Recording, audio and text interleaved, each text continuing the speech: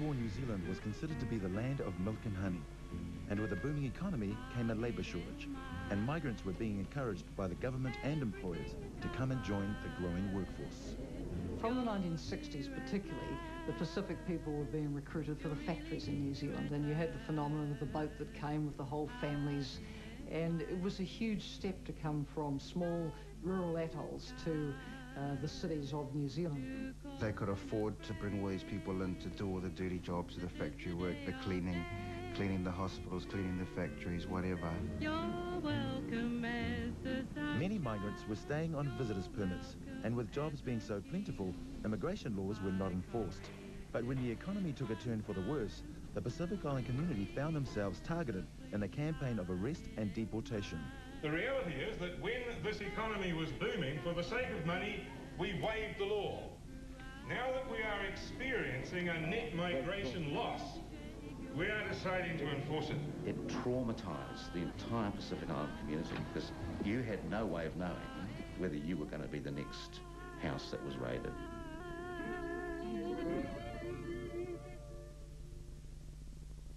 Welcome to the unofficial capital of Polynesia, Auckland. Of the 32,000 islanders who live in this country, an estimated 20,000 are concentrated in this one city, making it in fact the largest Polynesian city in the world. New Zealand has already more than 10% of the world's Polynesian population. From the magic of the South Seas, from the Europeans' dream of paradise, they come to New Zealand. Why? Job opportunities, money, but I think mainly education for their children.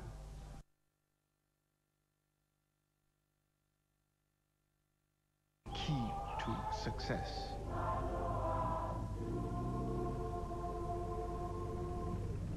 And so, Pacific people left their homes in search of a better way of life and quickly adapted to their new country.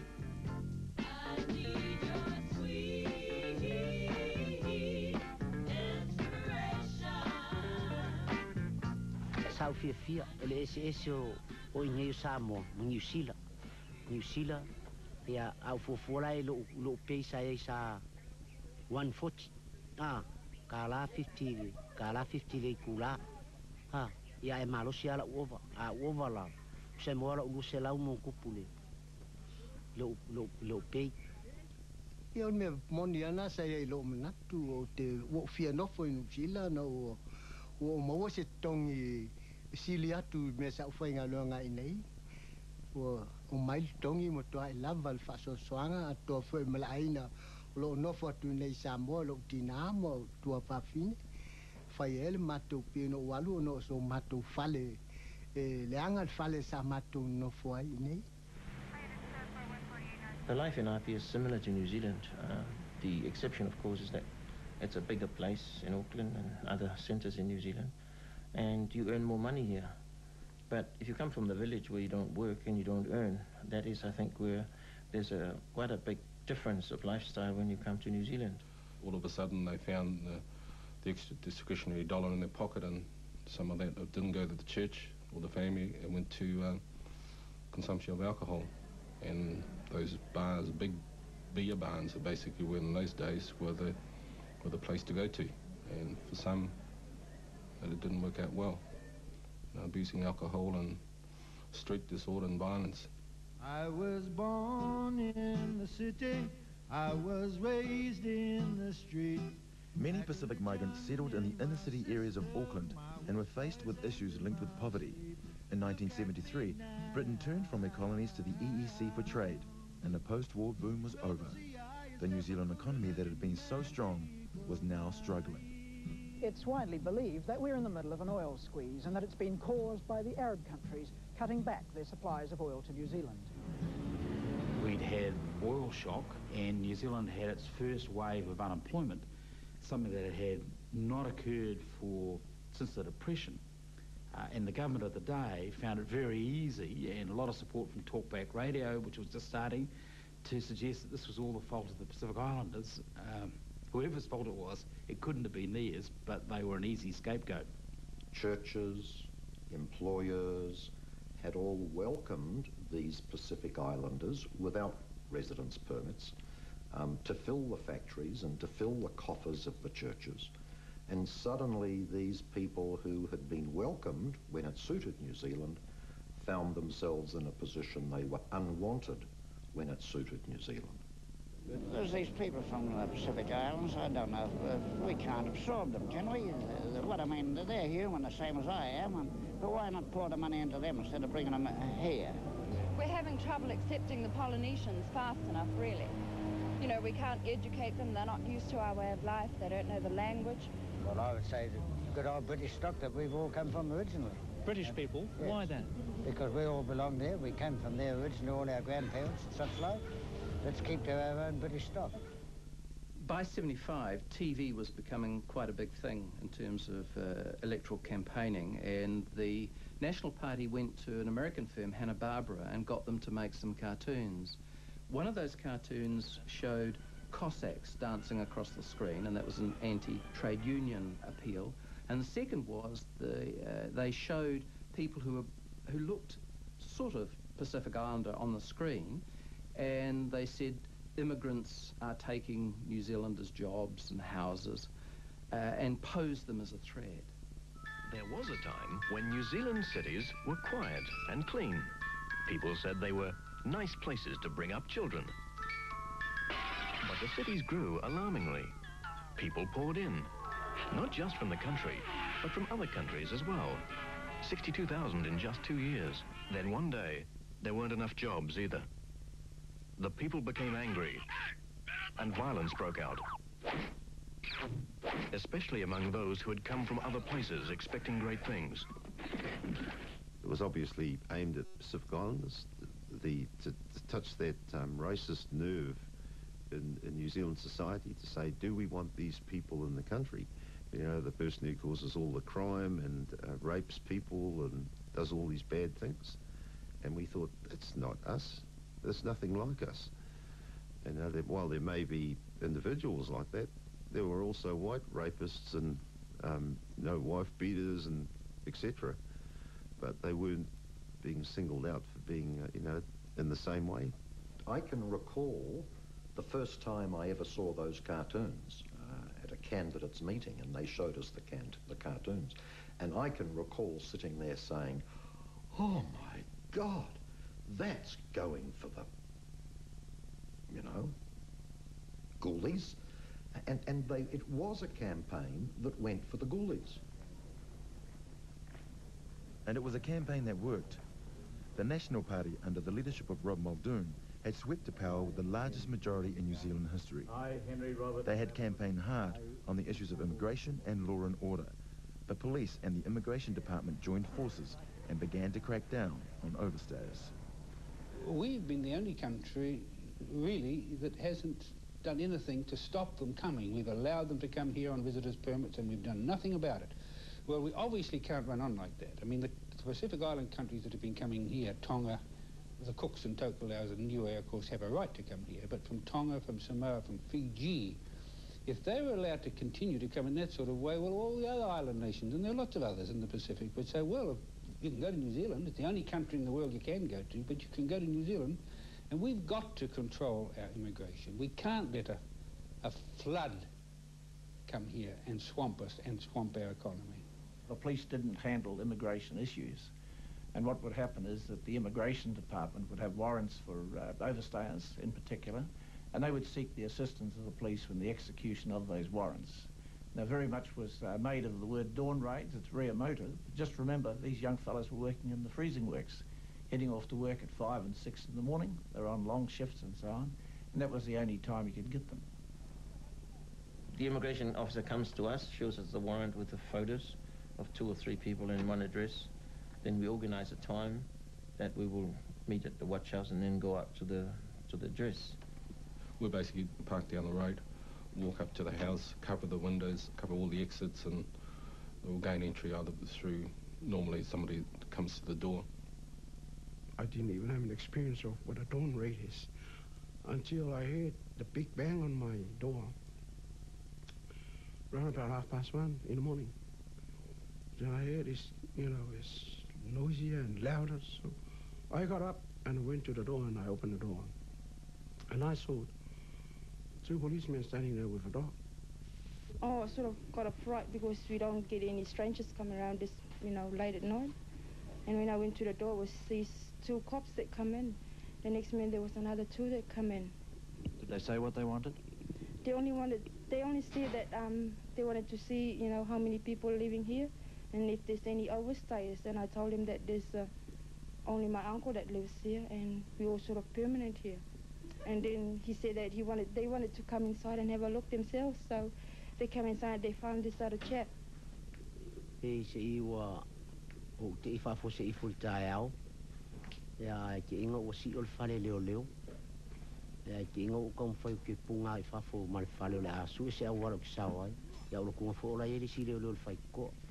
I o kong whai leo leo ke punga I konga pusaku ia ke o punga malika I whau.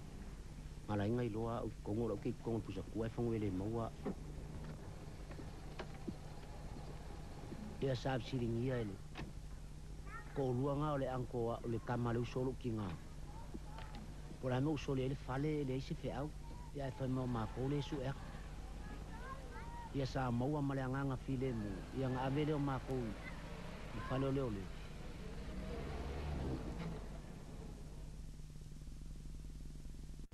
With 3 police cars, 1 van and 1 police dog. Pea ala le fite I taranga maua koe kau polis. But we had no idea to go always got police. Of Talum got police. Ege me passport. When they arrived there, her landlady answered the door. And then when she found there were the police, and then she went and got her. And as soon as they saw her, they asked her for her passport. When we opened the door, they just walked in and started asking questions. And yeah, everyone was really scared, but they were coming in and we knew we had some of our families who were overstayers at the time. And, we were trying to talk to them. I was the only one there that could, but, they were really rude and were just taken away. They said, no, they're coming with us. Ia makuli lo I whafo. Ia o mga o leo leo. Ile ua whakakase ave amako le kaimi ale ngā. Ave loa. Ave amako ele ingi meo ngā o lava lava pi mako kingo. Ave lo mako le whale pui pui mo ko furo ka male mea ngofo inga I kong. Raids were not only executed on homes at dawn. Police and immigration officers also turned up at factories to find overstayers. No waluai le falfaingal oino. O falfaingal wenga la le na mawaya. Ma au mai ai le o te ila na ua latul palangi whai mai au.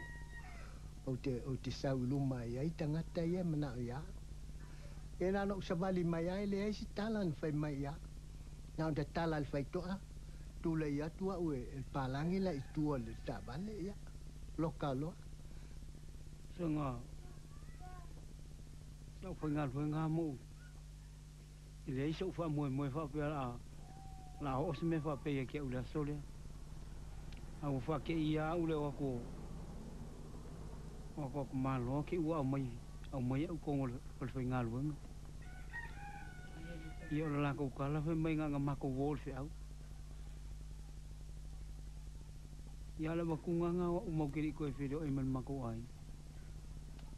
Biased news reports and editorials linking Pacific people and crime fueled the public's fears. The police reacted by setting up a task force of specially trained officers to deal with inner-city crime. Our role at that time was essentially dealing with large-scale policing, that's demonstrations, sports events, and also street violence and disorder. And in the mid-70s, the police had lost, to some extent, control of the streets, and it was a matter of regaining that. Wherever there were Polynesians congregating in a place where there's likely to be disorder, the police will go along and mingle with them, and any minor offence, i.e. urinating in the street or swearing or, such like offences, then they get arrested. The police had a very bad reputation. They were considered very racist. They were considered that they're not the friends of migrants. Yet I would well imagine that for certain white people, Pākehā people, they would have seen them as the protectors of their rights. Our people saw them as the thugs, the thuggery, the gang part of the machinery of racism. And so at that time, it wasn't a good relationship with the police in our communities. I do believe that there was very bigoted attitude of some of my colleagues at the time, you know, for very minor offences, which I really believe they could have just been given a warning and sent home. Oh, Chief, you just stand there for a minute, eh? After the election in 1975, the police were given a larger role in dealing with overstayers, and they began a policy of random checks. The police proposed that they would simply stop people in the street and ask them for their documentation. Hello? What is this, South Africa? Pass laws? You've got to carry a passport to prove you're a Kiwi? I don't think they meant to be so offensive, but it was weird. And in defence, the then Minister of Police, Mr. Macready, when asked, but how do you know that the suspect is an overstayer? Mr. Macready, who was a dairy farmer by occupation, said, well, I can tell a Jersey from a Frisian. And I think that was the point at which it was really apparent that whether the individuals concerned meant to be racist or not, they were acting racistly. Is it possible to give an assurance that the police won't stop people just because of the colour of their skin or because they look foreign and ask for proof that they're not overstayers? This is not being confined, and I want to clarify this. Many people think this is because it is an all-out effort on Polynesians. The police role in this is to act on information, whether they be Polynesians or any other country, if they're overstaying. They have broken the law, the immigration law, as a lot of people have broken other laws. And if they break the law and there's a warrant out, the police's job then is to exercise that. Does this indicate that there'll be greatly increased police action against overstayers? Well, they will act on the warrants that are issued to them, as I do with anything else. And the situation that we want to arrive at is where we can get to a level with the immigrants. That's the problem that we're facing. We've got too many of them. To get to that level, are you going to have to step up action? We have stepped it up. This is the start of it. I do recall when we had the briefing that it was a Swiss message in those days. It wasn't a computer email. All it said was from the commissioner, I think it was Burnside at the time, and said you are to go, form a section, go to areas where the Polynesians congregate, question them as to their identity and bring them in for questioning. Some of us sort of discussed informally outside the police station, saying, "Jesus, this is a very harsh sort of a treatment we're giving our brothers at the time." The police are most certainly not happy with what they've been called upon to do. Rank and file reaction seems to be that they're being used politically. A long-serving police officer told me that to say that they are upset would be an understatement. The Police Association, that's the Man on the Beat's union, feel that they have been called upon to take all the bad press that should have gone to immigration. The greatest concern seems to be that all the goodwill that's been built up between the island communities and the police has been destroyed. Officially, the police are saying there is no blitz. They're not making random checks. They haven't got special squads. Police sources today tell me that is not correct. Police officers have been called off other inquiries to concentrate on this, what they consider to be a blitz. They have been told to concentrate on hotels and billiard halls frequented by islanders, and they are making random checks. I think there was 5 of us in the sergeant. We went out to K Road and on a Thursday night, and that's when we sort of started questioning people, you know, as to their identity. A lot of the young men, when the police came, they all went out, took out through the back, and then they all got rounded up. Then the police discovered all of them were, in fact, citizens, were meant to be here, and the police were looking a bit silly because at that time everyone's asking the question of, well, why are you rounding up Pacific Islanders? What justified cause have you got here? Well, the police then came up with that they all got charged because in their haste to get away from the police, they were still carrying the glass from the pub, so they got done for theft of property. And there was a young islander whose name was Tailua, who was working shifts in a factory, I think in the Penrose area, and he was walking home after midnight one night, and he was stopped by two young policemen in a squad car who were doing a random check. He was quite a legitimate migrant, but in searching him they discovered he had two plastic combs in his pocket, and he worked in a factory which produced plastic combs. And when they questioned him, he agreed that he had in fact picked them up out of a rubbish tin. And you wouldn't believe it, he was charged with the theft of these plastic combs, which were only worth a few cents, and appeared in court the following day. On some occasions we might have been a little bit overzealous, but only to the extent of actually asking people, look, what is your name? Have you got a passport? Where do you come from? In an attempt to execute the warrants that were held by the Immigration Department. A policeman asked me whether I had my passport with me. And I said, well, I don't normally carry my passport with me. And I said, well, why are you asking for my passport?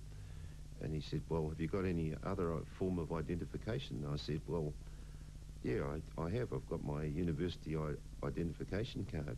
So I showed him that. And I said, are you looking for overstayers? And he said, oh, yeah. And I said, well, I was born in Mangakino, so you're not going to have much luck with me. But I went through and I thought, the only reason why he stopped me is I was brown, I was wearing a floral shirt and a pair of gentles. Contrary to public opinion, migration from the Pacific had been a drop in the ocean compared to that from other countries. Statistics show that through the 70s and the 1980s that the bulk of overstayers in New Zealand were actually from Europe and from North America, but they weren't targeted to anything like the same extent. So basically you had something like 2/3 of the overstayers were Europeans, but 2/3 of those prosecuted were Pacific Islanders. Stories of wrongful arrest and harsh police tactics were beginning to appear in the media, and there was a growing concern in the public, and especially from civil rights groups, that the Pacific people were being unfairly targeted. I started university back in 1968, and students were becoming very interested in how New Zealand interacted with the wider world. So I was there as the opposition to the Vietnam War grew. There were student demonstrations on a large scale, so these were very interesting times. We thought, like many of our generation, that New Zealand was the best country in the world for good race relations. And then once we got together and got caught up in one campaign after another, we realised there was a lot of hypocrisy about New Zealand's attitude to race relations. We might have thought we were good, but we weren't. Auckland's Pacific Island in the city. A few years ago, these streets spawned gangs and so gang brawls as disillusioned youngsters fought amongst themselves, largely for the hell of it. Today, some of the gangs still exist. Others have lost their members to a different sort of organisation. The Polynesian Panthers based themselves on the civil rights activist group in America, the Black Panthers. Some of the young Pacific Island people who were at university and decided to copy or do a similar thing here because the issues seem to be the same. Racial issues, poverty issues. We did recognise there are a lot of differences between us and the Afro-American people. And so we actually changed the name to the Polynesian Panther Movement so that we could become more relevant. A lot of us wore the berets as well. But, you know, you can imagine wearing a beret on top of a big afro. So you either had the beret or a big afro.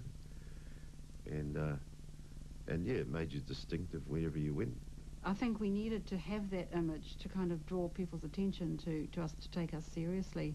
And once they knew that we weren't a gang, and once they knew that we were doing positive things, then they started to kind of change their attitudes, and that's the reaction we were hoping to get.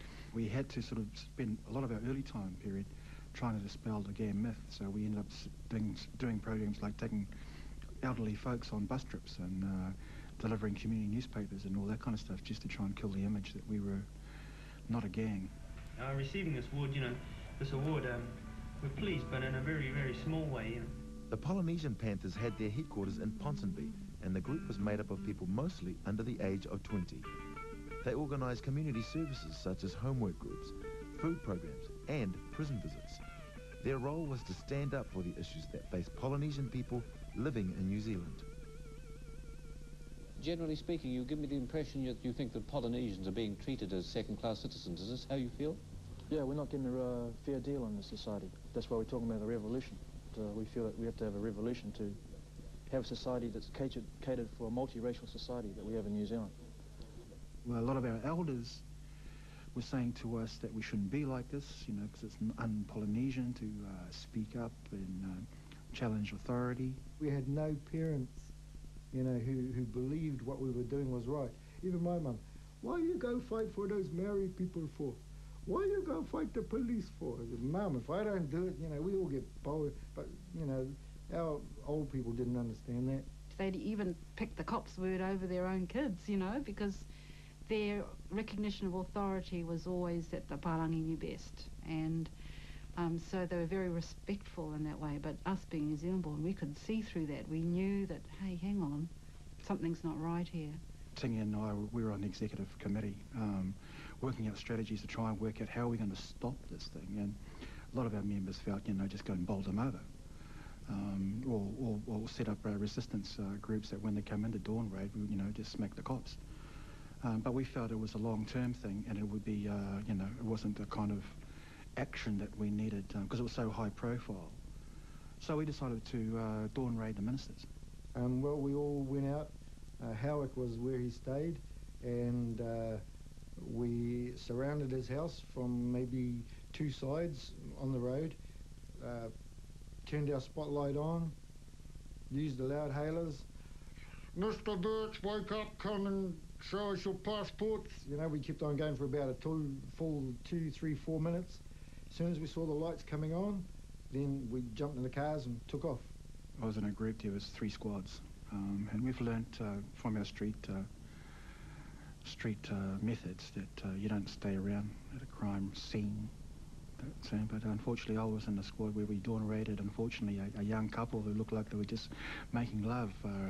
We actually were told by our intelligence service that they were in unit, Honourable Gear was in Unit 1, apparently he was in Unit 3. So, but we found that the other squads were successful in the extent that, you know, we had a Minister of Immigration at that time called Air Commodore Gould, who felt that the New Zealanders were kith and kin to the racist South Africans. You know, so we decided to Dawn raid him. When he was interviewed on radio, he said, how dare these people come into us at such an ungodly hour? And the radio announcer sort of said, well, surely that's what they're complaining about.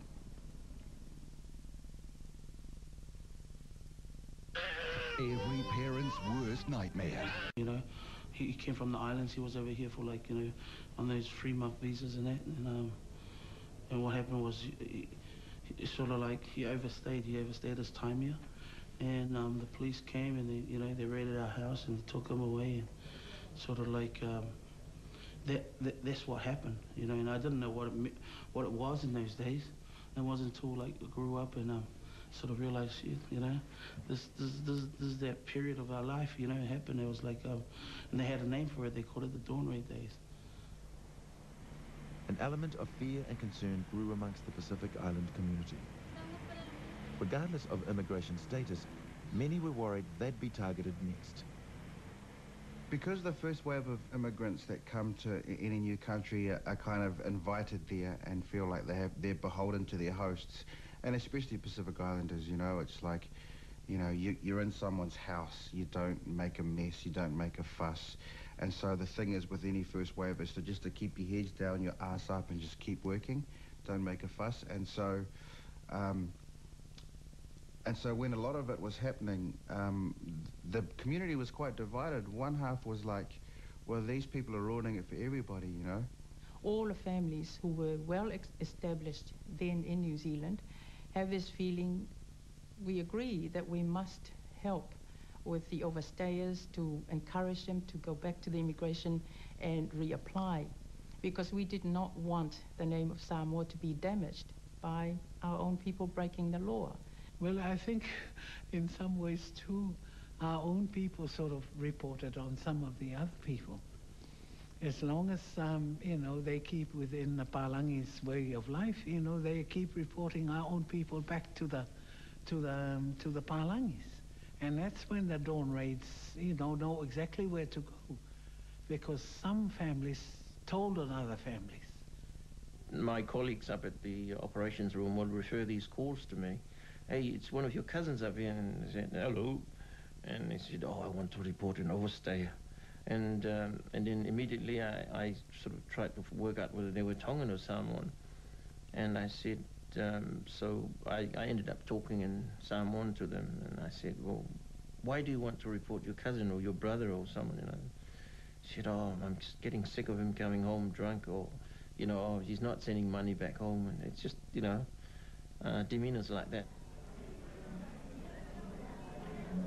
In their enthusiasm to identify overstayers, the police and the immigration service had some difficulties.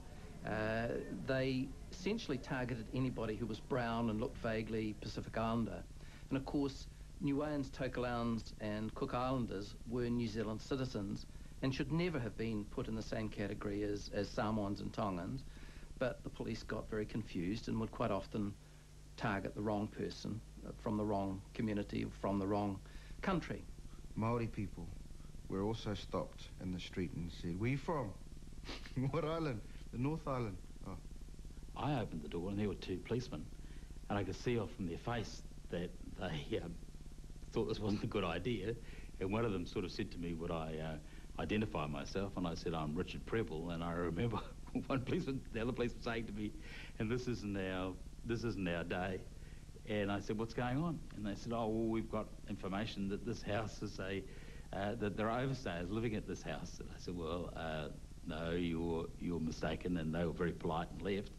But of course, if they hadn't recognised me, say my wife was from Fiji, if she'd answered, I don't know what that knock on the door would have been like. It was easy for police to make mistakes when working from inconclusive information, often based on the colour of people's skin. I tramped on your watch, sorry. So they were targeting mainly Polynesian areas, and our feeling was, why don't you go to Remuera, RSA, or these other places where Europeans are? No, they chose, so they were targeting us, so we targeted them back. All the Panthers and the People's Union and CARE and other groups got together and followed these convoys of paddy wagons. Breaking all the wheels on the freeway, shopping around downtown all day, found a way to make a real deal on a wheel. We actually named the group the Pig Patrol, as opposed to their task force. You know, it was a police investigation group. Pig patrols were basically made up of squads that were following the task force. We would pick them up from Central Police Station.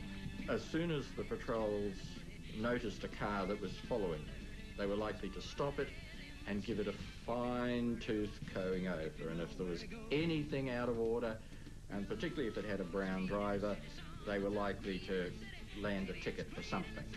A good example was a Māori guy came out of the glue pot once and said, hey, whakarongo mai. He got picked up for swearing. You know, but basically he was just sort of saying, hey, listen to us. And so, fortunate enough, and on that particular squad, we had a Pākehā lady who actually was familiar with Te Reo. We had at least 3 or 4 cars mobile, ready to go, and just followed them around. And we went to every pub they stopped at, took photos, hung around. A lot of our actions was trying to make sure that the police weren't being specifically racist, being discriminatory, and also being heavy. And some of the policing was very provocative.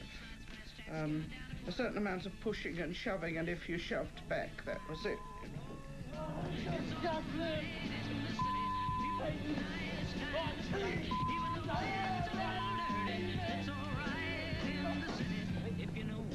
When they arrived at a particular venue, we would go and distribute leaflets about people's civil rights when confronted by police, and encourage people not to be provoked.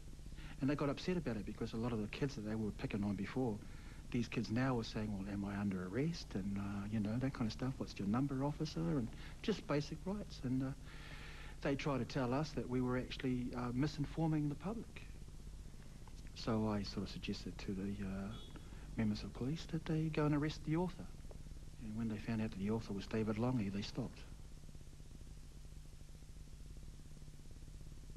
Now, why the random searches now?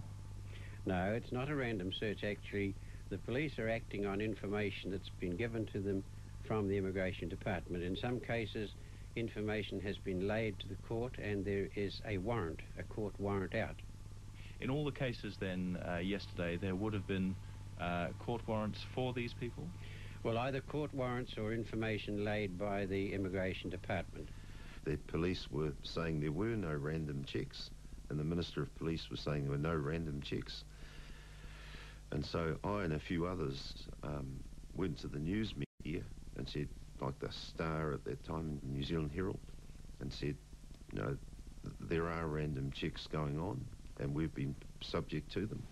The Auckland Star at that stage was, I guess you could describe it as a very liberal, Muldoon would have regarded as a rather left-wing publication, and we did have a particular characteristic in the newsroom that we sought out stories, particularly stories of social significance, and we saw this as one.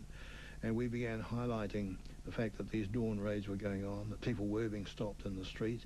We had published the first of these stories, and obviously there were leading questions put to Muldoon at his press conference, and he reacted in typical fashion and made it very clear that he thought that it was just a typical media beat-up, in particular a typical Auckland Star beat-up. Can we take it then that checks on the streets will continue on the same basis as those made last week? These are normal police checks and are not related to the Immigration Act. Were there, in fact, no checks made on the street last week connected solely with the Immigration Act? That's what I take from the Commissioner's report. And I think you might agree that there has been an absence of hard facts on which to base criticism. And as for hard facts of complaints by individuals who've been accosted on the street, I've yet to see the first one. He challenged the Auckland Star to produce his evidence. Let them wheel in their evidence, he said. And by 6 o'clock that night, I had the first 6 signed affidavits air freighted to him in Wellington. And he had to accept that the denials were not going to carry any weight. That, in fact, there were people who were flagrantly lying about it, because we knew, for instance, that there had been a series of police conferences in which the policy had been worked out and the techniques and patterns of the whole process had been worked through. It wasn't just a random thing. It was something which had been planned. Finally, the weight of complaints and the weight of evidence which we published and which other news media picked up was such that the government couldn't avoid it. And so they set up an internal inquiry. And that was the stage where they discovered that, in fact, there'd been something like 201, I think was the official figure. Amid the growing public outrage over police action and political policies, the government was forced to acknowledge that the way that handled immigration laws had been a mistake. In 1977, the Immigration Department changed their procedures on handling overstayers, so these events would never be repeated. I think there were a lot of simple, well-intentioned, honest, old-fashioned Kiwis in the police, in the immigration service, in politics, who thought they were, quote, doing their job, close quote. And they didn't mean to be racist, they didn't mean to be nasty, but the fact remains it came out that way for those that were on the other end. New Zealand loved telling the world for over 20 years, straight after the war, that we were the most multicultural society, that we were, best at treating coloured people, and that we had a relationship. It didn't. It was still only in the beginning of really becoming a nation that understood what it meant to deal with all peoples that were coming to this nation. The dawn raids were shameful because, in essence, they set out to pick up anybody who didn't look like a Pākehā or Palangi New Zealander. They swooped on people who were Māori. They swooped on many Pacifica people who had absolutely lawful residence in New Zealand, may even have been born here. So it brought a sense of great division that if you didn't look like the majority of New Zealanders, you ran the risk that you might be apprehended, brought to notice, questioned. It wasn't a good feeling. When Pacific Underground talked about doing a play based on the dawn raids, it was kind of a mixed response. Some people were like, yeah, cool, finally. And, kids were like, wow, what's that? And some people were like, oh, no, best to, that's all over. That's all gone. And I remember I went to my mum And I asked her, that was the first person I asked, you know, my parents. And I said, before I talk to any academics, policemen, former victims, whatever, I said to my folks, tell me about the Dawn raids. And Mum said, you know, gave me the beatbox. You know, as in, no, son, we don't talk about that. That's history. That's all gone. You know, so Islanders don't like to talk about their dirty laundry, you know, especially if it's already happened. It's like, well, what happened in the past is best left in the past. Some of that trauma has stayed with people to this day. And amongst Pacific Island people, older Pacific Island people who were there and experienced that, or who's experienced it through family members or church members and so on, they're still often pretty reluctant to talk about it. What's changed is that a younger generation of people, either children at the time or born here since, have sort of recaptured that concept of the Dawn raids and made it a bit of a brand. Holla! Dawn raid hip-hop, hip-hop, hip-hop, hip-hop. Dawn raid hip-hop represent us. Holla! My uncle that did go through it, you know, he's a pastor of a church in New Zealand now. And one day he came here and they recorded, he goes, D, I want to record my church album. And I was like, oh, okay, come on, you know, can't stop family, so they came in, and then one day we just sat in here, and I was like, you know, go, oh, that's a nice name of your company, you know, you see it everywhere. And I said to him, oh, you know what it means, eh? And then he was like, nah, you know. So I had to explain to him, well, you remember that time you got locked up and Dad had to go to High Court and get you out? Well, you know, that's the meaning of that, you know. That was called a Dawn raid. You got Dawn raided on it. He was like, and he just laughed, eh?